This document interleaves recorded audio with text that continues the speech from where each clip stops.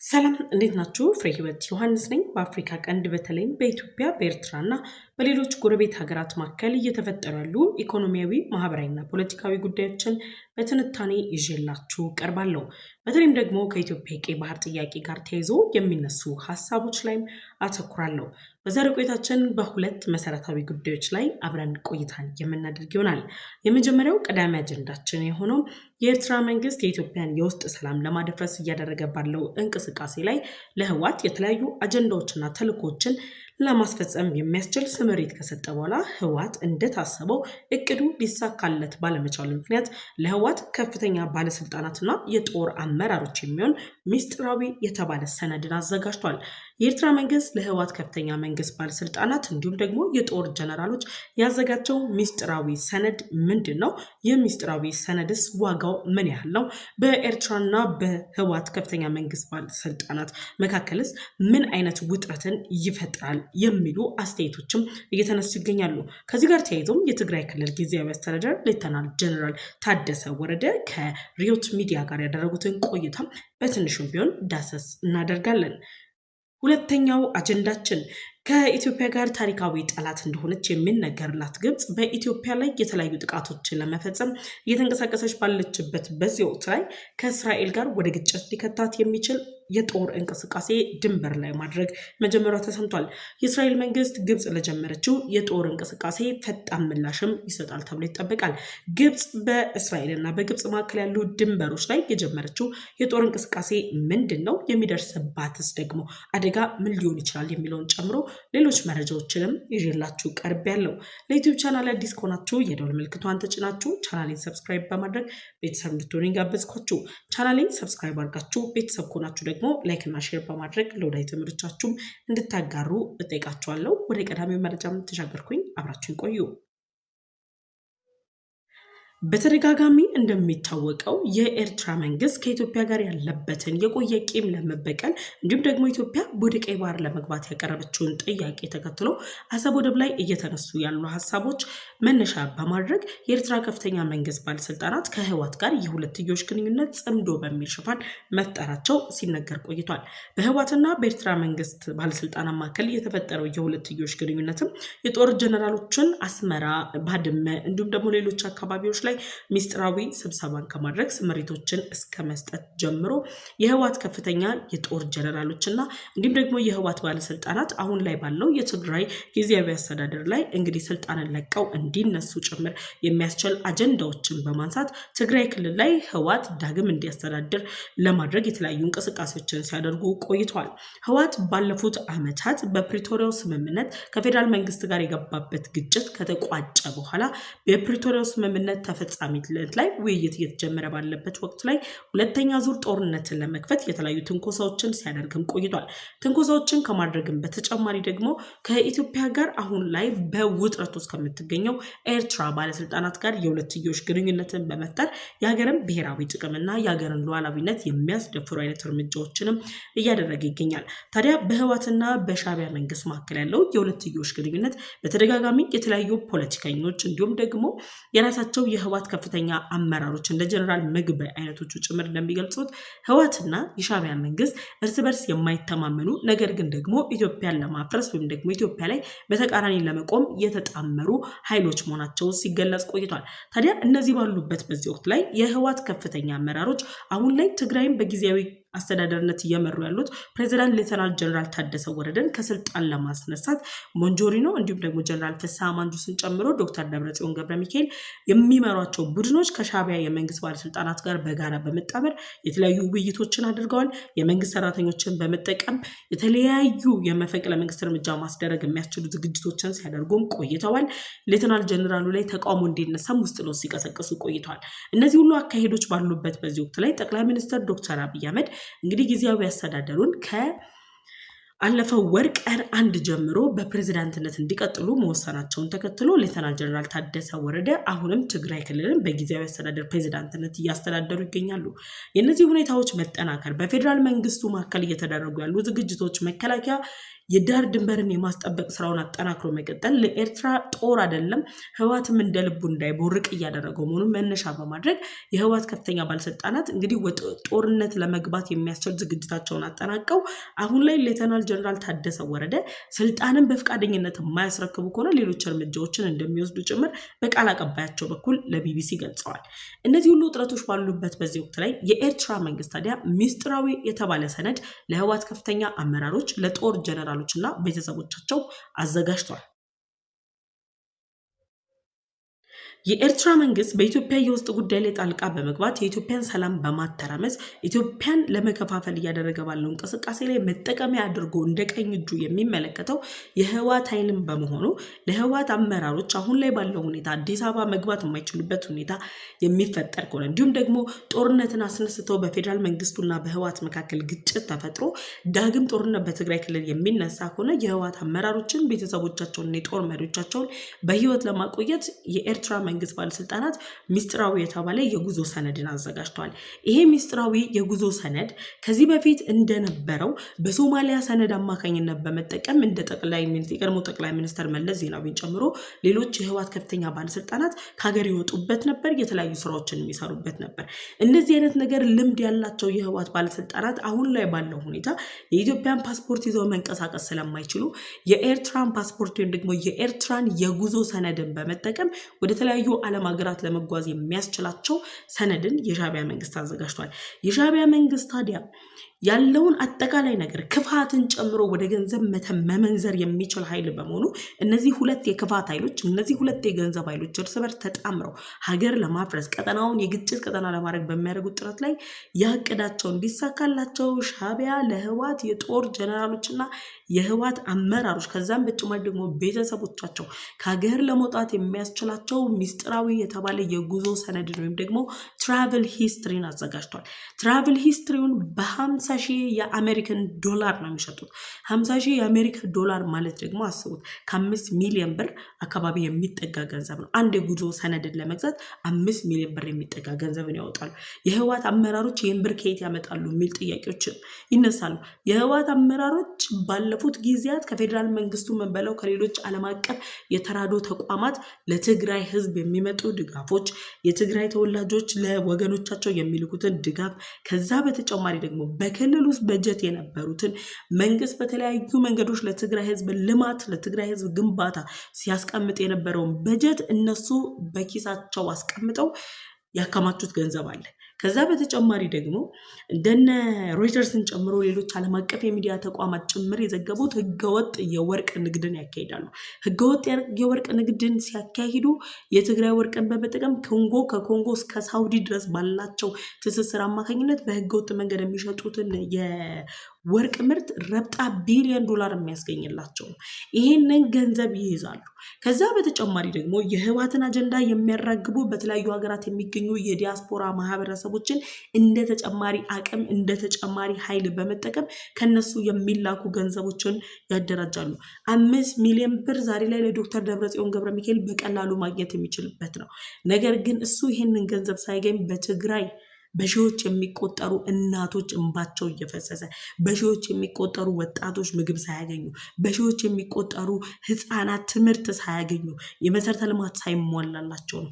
እነዚህም በማድረግ ያከማቹትን ገንዘብ አሁን ላይ ከፌዴራል መንግስቱ ጋር ግጭት ፈጥረው ትንኮሳን ፈጥረው ወደ ለየለት ጦርነት የሚያመሩ ከሆነ በኤርትራ በኩል አድርገን ወደ ሌሎች ሀገራት እንወጣለን እንሸሻለን የሚል እቅድ ስላላቸው ኤርትራም ደግሞ የነሱን ጉዞ የምትደግፍ በመሆኗ ህገወጥ ደግሞ የሐሰተኛውን ትራቭል ዶክመንት አዘጋጅታ 50 ሺህ የአሜሪካ ዶላር ሽያጭ አቅርበዋለች። ይህንን ሚስጥራዊ መረጃ ደግሞ ውስጥ አዋቂዎች ለሚመለከታቸው አካላት ለተለያዩ ኃይሎች እያጋሩት ይገኛሉ። ታዲያ አሁን ላይ የሚስጥራዊ የተባለ ጉዞ ሰነድን በመጠቀም የህወሓት ከፍተኛ መንግስት ባለስልጣናት ከኢትዮጵያ ተነስተው በኤርትራ አልፈው ሌሎች ዓለማችን ሀገራት ላይ ጉዞ ያደርጋሉ ማለት የፋይናንስ አቅሙ ሰንሰለት ያለበት ነው። ኤርትራ አሁንም ከህወሓት ጋር አብራ ያለችው ኢትዮጵያን የማፍረስ አጀንዳዋን ለማስፈጸምና ኢኮኖሚያዊ ተጠቃሚነቷን ለማረጋገጥ ነው። በሌላ በምንም አይነት መልኩ ልትገነባ የማትችለው ኢኮኖሚ ስላላት በእንደዚህ አይነት መልኩ የምታገኛቸውን ገንዘቦች አከማችታ ተጠቃሚነቷን ለማረጋገጥ የምታደርገው ጥረት ነው። አሁን ላይ ኤርትራ ይህንን ሐሰተኛ የጉዞ ሰነድ ማዘጋጀት ለምን አስፈለጋት? ወይም ደግሞ የኤርትራ መንግስት ባለስልጣናት ይህን ሰነድ ለምንድን ነው ያዘጋጁት ካላችሁ የትግራይ ክልል ጊዜያዊ አስተዳደር ፕሬዚዳንት የሆኑት ሌተናል ጀነራል ታደሰ ወረደ እንደገለጹት ከሆነ በትግራይ ክልል ለውጥ ለማምጣት በትግራይ ክልል ያለውን የትግራይ ህዝብን ጥያቄ ለመመለስ ከፕሬዚዳንትነት እኔ ማንሳት አጀንዳ አይሆንም፣ ከዚህ የሚበልጡ ብዙ አጀንዳዎች አሉ ብሏል። ከዛ በተጨማሪ ከሪዮት ዓለም ጋር ባደረጉት ቆይታ በነበራቸው ቃለ መጠይቅ ላይ የጦር መሪ እንደነበሩ፣ የጦር ስትራቴጂን እንደሚያውቁ፣ ጦር ላይ የነበሩ አካል መሆናቸውን ተከትሎ ጦርነት የማይበጅ ህዝብን የሚጨርስ የትግራይ ህዝብን ዋጋ የሚያስከፍልና መብታቸው እንዲከበር ሳይሆን አላስፈላጊ የሆነ መስዋዕትነት ውስጥ እንዲገቡ የሚያደርጋቸው መሆኑን ተከትሎ ሌተናል ጀነራል ታደሰ ወረደ አጥብቀው ጦርነትን ተቃውመውታል። የትግራይ ህዝብም ወደ ጦርነት የመግባት ፍላጎት እንደሌለው ገልጸዋል። ነገር ግን እንረካከብ ተብሎ ስልጣን ጋር ተይዞ ለቀረበላቸው ጥያቄ የምረካከበውም አርቲፊሻል የሆነ ጨዋታ የለኝም ብለዋል። የማስረክበው ስልጣን የለኝም። እውነታቸውን ነው። አይደለም ደብረ ጽዮን ትግራይን ወደ ጦርነት ለሚማግዳት ይቀርና ከደብረ ጽዮን ስር ያሉ ሌሎች እንኳን ፖለቲከኞች ጭምር አሁን ላይ ለትግራይ እናት በማያዝኑበት ትግራይን ለማቆም በማይሰሩበት በዚህ ወቅት ላይ ሌተናል ጀነራል ታደሰ ወረደን ከስልጣን ይወረዱልኝ አስረክቡን ማለት ምን ማለት ነው? ህገ ወጥ የሆነ አሰራር፣ ህገ ወጥ የሆናችሁ ኃይሎች ማን መርጧችሁ ነው በትግራይ ክልል ላይ እናንተ መንግስት ልትሆኑ ጠቅላይ ሚኒስትር ዶክተር አብይ አህመድ የሾሙትን ፕሬዝዳንት ተነሱ የምትሉት?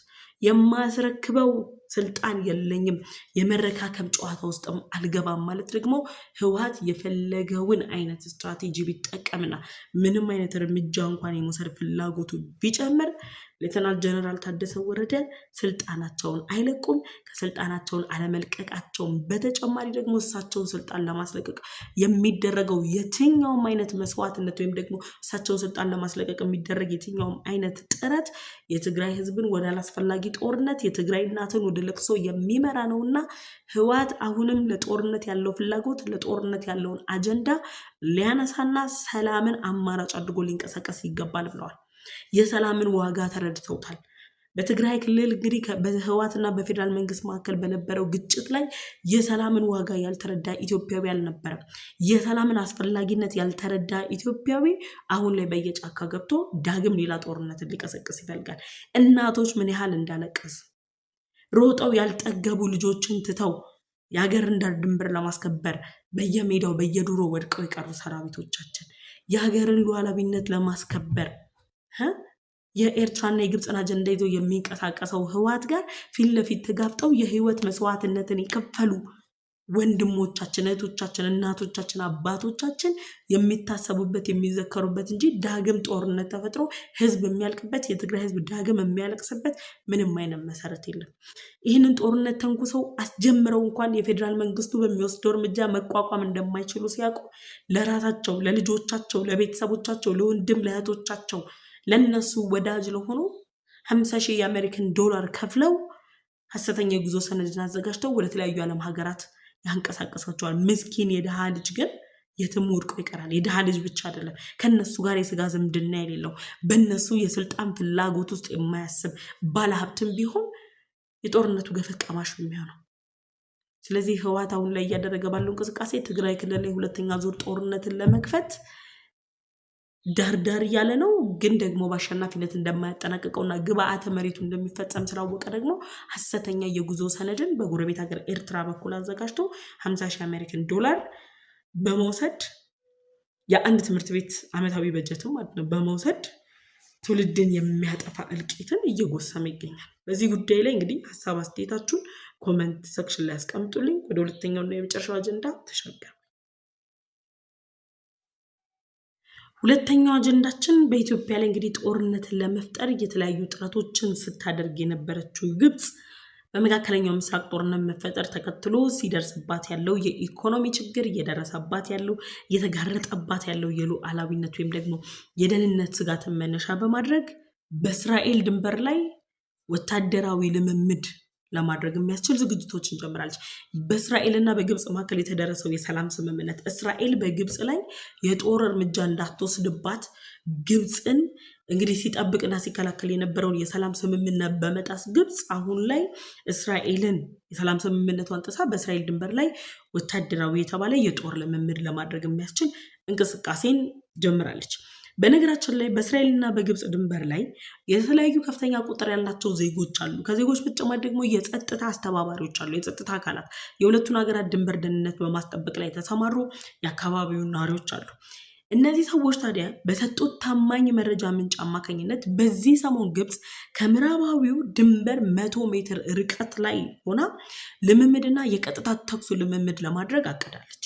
ልምምድ የምታደርገው የጦር ልምምድ ነው። የተለያዩ የጦር መሳሪያዎችን ማንቀሳቀስ የሚያስችላት፣ ከዛ በተጨማሪ ደግሞ ረጅም ርቀት መሄድ የሚችሉ ተኩሶችን ጭምር ለማድረግና ለመሞከር የሚያስችል ዝግጅት መጨረሷን እነዚህ የአካባቢው ምንጮች ለቪኤን ኒውስ ነግረዋል። ታዲያ አሁን ላይ በግብፅና በኤርትራ መካከል ያለው ግንኙነት መጠናከር እስራኤል ግብፅ ጋር ከነበራት ቂም በተጨማሪ ግብፅ በኤርትራ በኩል ያለችው ኢራን ጋር ጠንካራ የሚባል የሁለትዮሽ ግንኙነት ፈጥራ በመካከለኛው ምስራቅ ጦርነት አማካኝነት ግብፅ እስራኤልን ለኢራን ለመበቀል የሚያስችል ዝግጅት ልታደርግ እንደሚችል ግምት ውስጥ ይገባል። ምክንያቱም ግብፅ አሁን ላይ ባለው ሁኔታ ኤርትራን አጋሩ ያደረገቻት ለቀይ ባህር ስትራቴጂካዊ በመሆኗ ምክንያት ብቻ ሳይሆን ከነ ኢራንና ከሌሎች ኃይሎች ጋር ያላትን ግንኙነት ወይም ደግሞ ትስስርን በመጠቀም በቀይ ባህር ላይ የበላይነቷን ለማስጠበቅ ነው። በእስራኤልና በግብፅ መካከል ያለው የሁለትዮሽ ግንኙነት ልክ እስራኤል ከኢትዮጵያ ጋር ያላትን ዲፕሎማሲያዊ ግንኙነትን አጠናክራ መቀጠሏን ተከትሎ እየተቀሳቀሰ መጥቶ ውጥረቱም እየተባባሰ የመጣ ነው። የመካከለኛው ምስራቅ ጦርነት ከመፈጠሩ አንድ ቀን አስቀድሞ የእስራኤሉ ፕሬዝዳንት አዲስ አበባ ነበሩ። የእስራኤሉ ፕሬዝዳንት አዲስ አበባ ደርሰው ከሄዱ በኋላ ወይም ደግሞ ከተመለሱ በኋላ የመካከለኛው ምስራቅ ጦርነት መፈጠር እስራኤልና አሜሪካ ኢትዮጵያን እየተጠነቀቁላትና እየጠበቋት እንደ ግብፅና ኤርትራ ያሉ ሀገራትን ደግሞ በዚህ ጦርነት አማካኝነት ዋጋ እንዲከፍሉ እያደረጓቸው ነው የሚሉ የፖለቲካ ተንታኞች ወይም ደግሞ የፖለቲካ ሀሳቦችም ይነሳሉ። ሁኔታዎችንም ስንመለከተው ደግሞ የመካከለኛው ምስራቅ ጦርነት ከመፈጠሩ አንድ ቀን በፊት የእስራኤሉ ፕሬዝዳንት አዲስ አበባ መገኘታቸውና ከጠቅላይ ሚኒስትሩ ጋር ጠንካራ የሚባል ግንኙነት አድርገው ምክክሮች መደረጋቸው በእስራኤልና በኢትዮጵያ መካከል ያለው ጥምረት ይጠናከራል መባሉ ከሳቸው መምጣት አስቀድሞ ሳምንታትና ቀናት በፊት ደግሞ የአሜሪካ የአፍሪካ እዝ አዛዥ ጀነራል ዳግዊን አንደርሰን መምጣት፣ ሌሎች ከፍተኛ የሚባሉ የሀያላን ሀገራት መሪዎች፣ የቱርኩ ፕሬዚደንት፣ የህንዱ ፕሬዚደንት የመሳሰሉት መገኘታቸው እነዚህ በጥቅሉ የሚያሳዩት የመካከለኛው ምስራቅ ጦርነት ከመፈንዳቱ በፊት በመካከለኛው ምስራቅ ጦርነት ገፈት ሊቀምሱ የሚችሉ ሀገራት መካከል ለኢትዮጵያ ጥበቃ እያደረጉላት እንደሆነ ጥንቃቄ እያደረጉላት እንደሆነ የሚያሳይ ነው።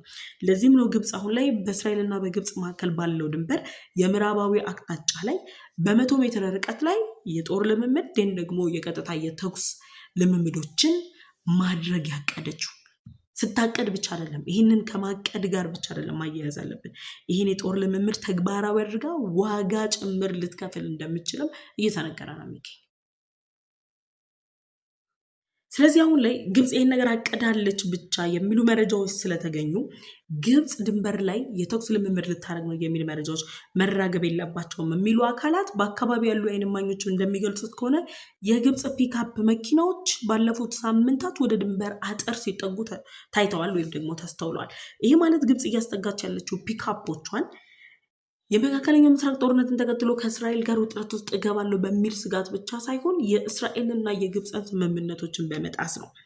ከዚህ በፊት የተለያዩ ፖለቲከኞች አስተያየቶችን ሲሰጡ ሰምተናል። ነገር ግን አሁን ላይ በዚህ ጉዳይ ላይ አስተያየታቸውን የሰጡት የአረብ ሀገራት የመሰረተ ልማት ትንታኔ ኃላፊና የቀድሞ የደህንነት መኮንን ናቸው። ሌተናል ኮሎኔል ኤልዴኬል ይባላሉ። እኚህ ግለሰብ በሰጡት አስተያየት መሰረት ከግብፅ ጋር የተደረገው የሰላም ስምምነት ከድንበሩ 180 ኪሎ ሜትር ርቀት ውስጥ ወታደሮች እንዳይሰፍሩ ይከለክላል። ግብፅ አሁን ላይ ወታደራዊ ልምምድ ለማድረግ የተኩስ ልውውጥ ለማድረግ የተለያዩ የጦር ዝግጅቶችን ለማድረግ ግን በእስራኤልና በግብፅ መካከል ባለው የ100 ኪሎ ሜትር የድንበር ርቀት ላይ ነው ይህንን ለማድረግ እያቀደች የተነሳችው። ከ1997 ላይ እንደ አውሮፓውያን አቆጣጠር ነው የምላችሁ በዋሽንግተን ዲሲ በግብፅና በእስራኤል መካከል የሰላም ስምምነት ተፈርሟል። በዚህ ስምምነት አማካኝነት የተፈረመው ስምምነት የሚለው ግብፅ 180 ኪሎ ሜትር ድንበር ላይ ተጠግታ የጦር እንቅስቃሴ ማድረግ አይደለም፣ ምንም አይነት ወታደራዊ እንቅስቃሴዎችን ማድረግ አትችልም። ተሽከርካሪዎቿ በዛ ድንበር አካባቢ ላይ ድርስ ማድረግ አይደለም። ይህ ማለት ግብፅ እስራኤልን እንደ ሀገር እውቅና የሰጠችበትና በሲናይ ልሳን ምድር ያለውን ወታደራዊ እንቅስቃሴ የሚገድብ ታሪካዊ ስምምነት ነው። በ1979 ዋሽንግተን ዲሲ ላይ የተፈረመው። ይህንን መነሻ አድርጋ በተፈረመችው ስምምነት አማካኝነት ግብፅ በሲናይ ልሳነ ምድር ላይ ምንም አይነት ወታደራዊ ልምምድ ማድረግ አትችልም ብትባል፣ አሁን ግን ወታደራዊ ልምምዶችን ለማድረግ ዝግጅቶችን አድርጋለች።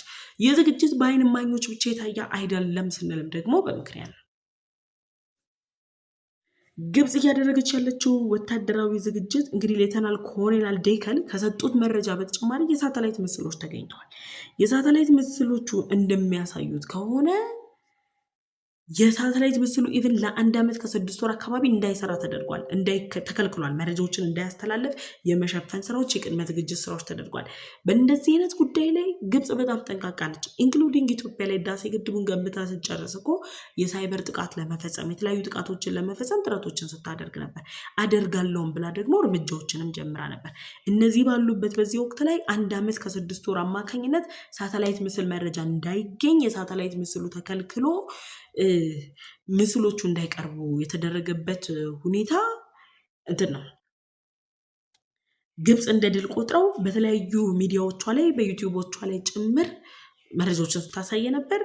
የግብፅ ጦር ላይ በሲናይ በረሃ ላይ ወይም ደግሞ በሲናይ ድንበር አካባቢ ላይ ባለው ቦታ ላይ ሚሳይሎችን ለማከማቸት የሚያስችል ትልልቅ የመሬት ውስጥ ዋሻዎችንም ስትቆፍር እንደነበር በዩቲዩቦቿ እና በተለያዩ ፕሮፓጋንዳ ማሰራጫ መንገዶች ላይ ስታሳይ ወጣለች። እነዚህ መታየታቸው ግብፅ በሲናይ በረሃ ላይ ስታደርጋቸው የነበሩ ስትቆፍረው የነበረው የሚሳኤል ምሽግ ከድንበሩ 180 ኪሎ ሜትር በታች ባጠረ ርቀት ላይ ከሆነ እስራኤል ግብፅን ለአንዴና ለመጨረሻ ጊዜ እንዳልተፈጠረች ሀገር ሆና ለመቆም የከፈለችውን ዋጋ ሁሉ በ3 እና በ4 ደቂቃ በማይሞላ ጊዜ ውስጥ አሳይታት ድምጥ ማጧን ነው የምታጠፋት። በነገራችን ላይ በግብፅና በእስራኤል መካከል ጦርነት ቢፈጠር ከኢራን ጋር እንዳለው ጦርነት ቀናት የሚፈጅ አይደለም። በደቂቃዎች ውስጥ እስራኤል ግብፅን ለመጨረስ የሚያስችሉ አቅሞች አሏት።